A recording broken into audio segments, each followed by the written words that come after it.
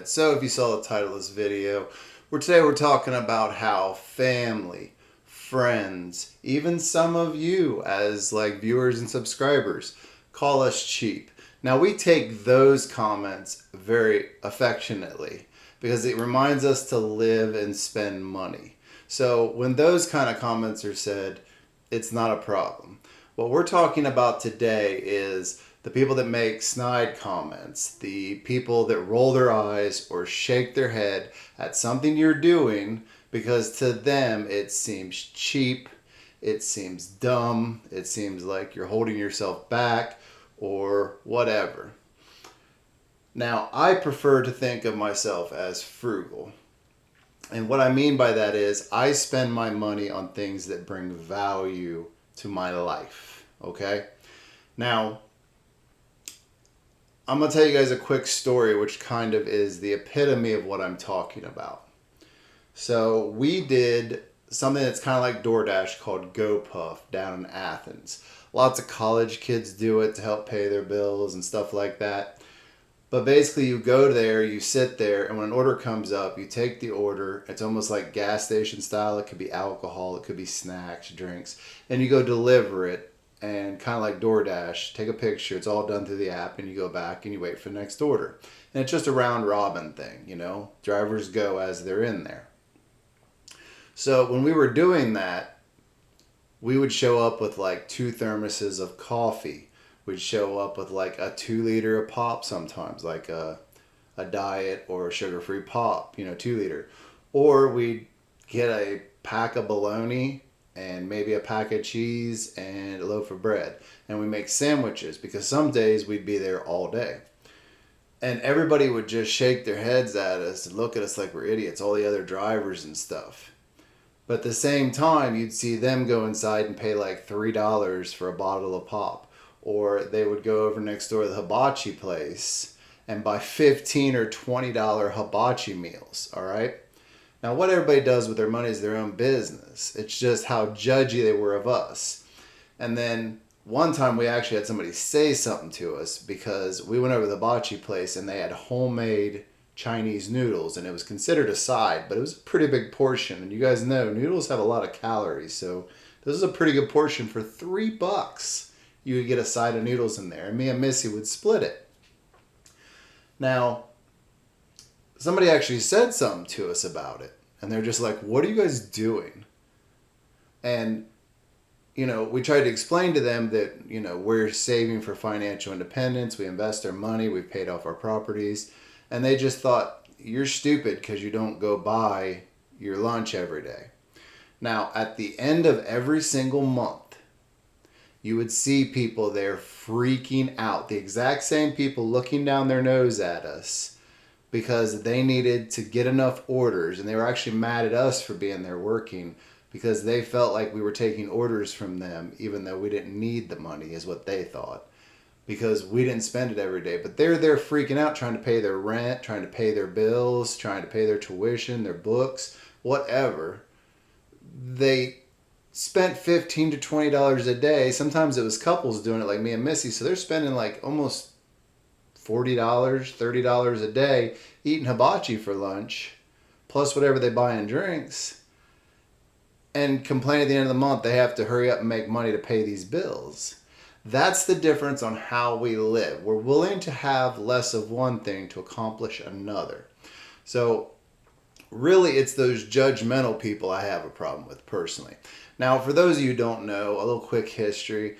Missy and I don't come from rich families. Everything you see here, it was made from these hands and Missy's hands. We did this.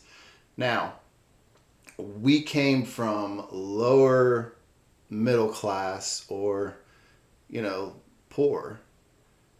Missy actually grew up in her very younger years living in a place that had no running water and no electricity. It was still a nice house. It was up on a hill. They had gardens. They had a well with the pull-up style. And her grandmother had a pull-up style well at her house, and she was there a lot too. Now, as she got older, you move into things with better amenities. But it just gives you an idea of where she comes from. Now, both of us always had food on our plate. All right, our parents never let us go hungry. It wasn't like that. But we definitely weren't going out to eat all the time. We definitely weren't given anything, except for being taught that you should work and you should save your money and do things like that. It was never about being wasteful. So coming up with that mentality, you don't ever want to do without in the future. You just don't. Now, it is also important to understand that I am basically a broke down construction worker slash, firewood, logging stuff. A little bit of time in like material plants and stuff, factory work.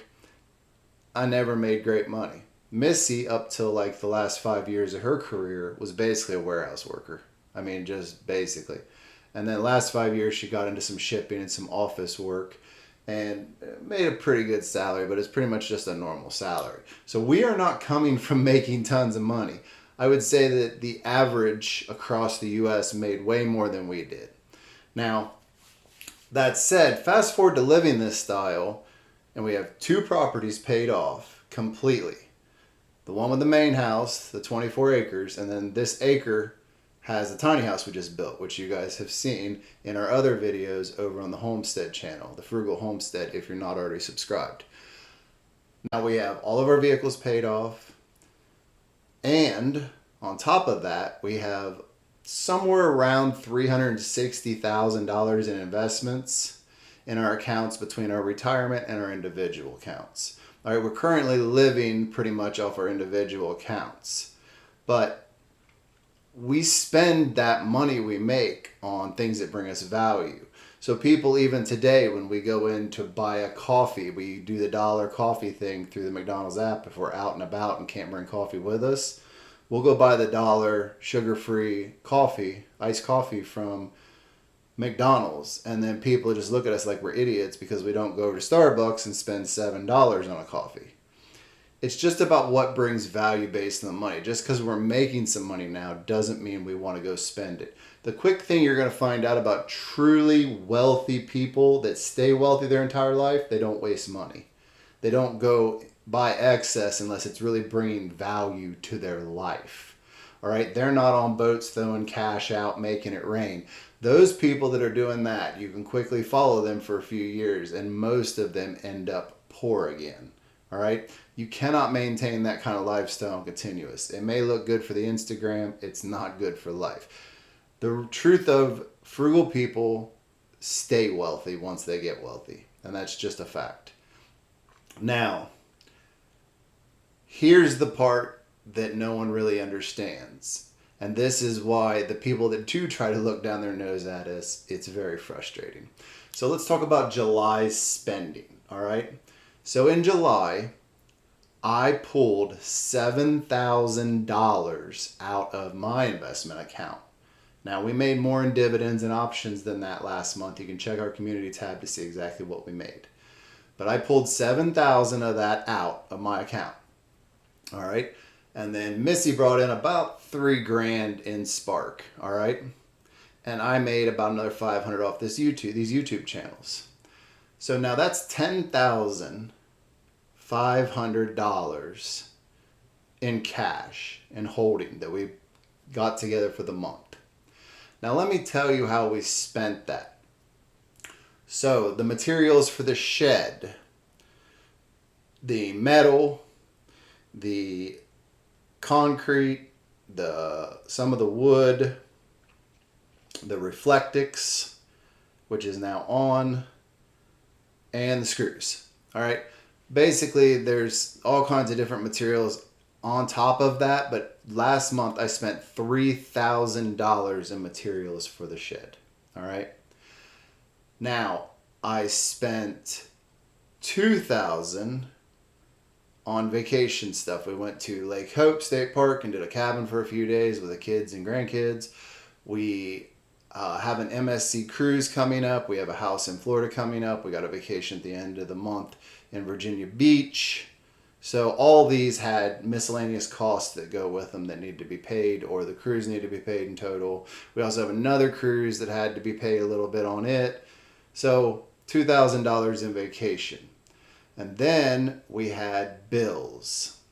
Now, the bills we spent about $3,000. Now, $1,000 of that is our health insurance. All right. That's just an automatic monthly cost. There's no way getting around it. We are in the months of the year where we don't have as many bills because we pay bills anytime we can on a yearly basis. That's like my cell phone bill, visible yearly basis. We have an old auto insurance plan that's yearly basis. Taxes, insurance, all yearly basis. So right there, you have $8,000. All right. The other $2,000 was what I call miscellaneous. So it's things for a tiny house, getting us ready to get moved in, certain bills, taking care of things like gas for the farm, gas for the splitter, some parts, just miscellaneous things that you're not going to be able to put in any of those three other buckets. And then there was another 500 or so of eating out and things like that. So as you can see, we're spending like $10,500. We basically spent all the amount of money we pulled out for the month, because really we only pull out what we need. There's no reason to take more because in our accounts it makes money. We are spending $10,500 this month, and I will be spending more here in August. So we are spending double the average monthly income of most families. All right, think about that for a second.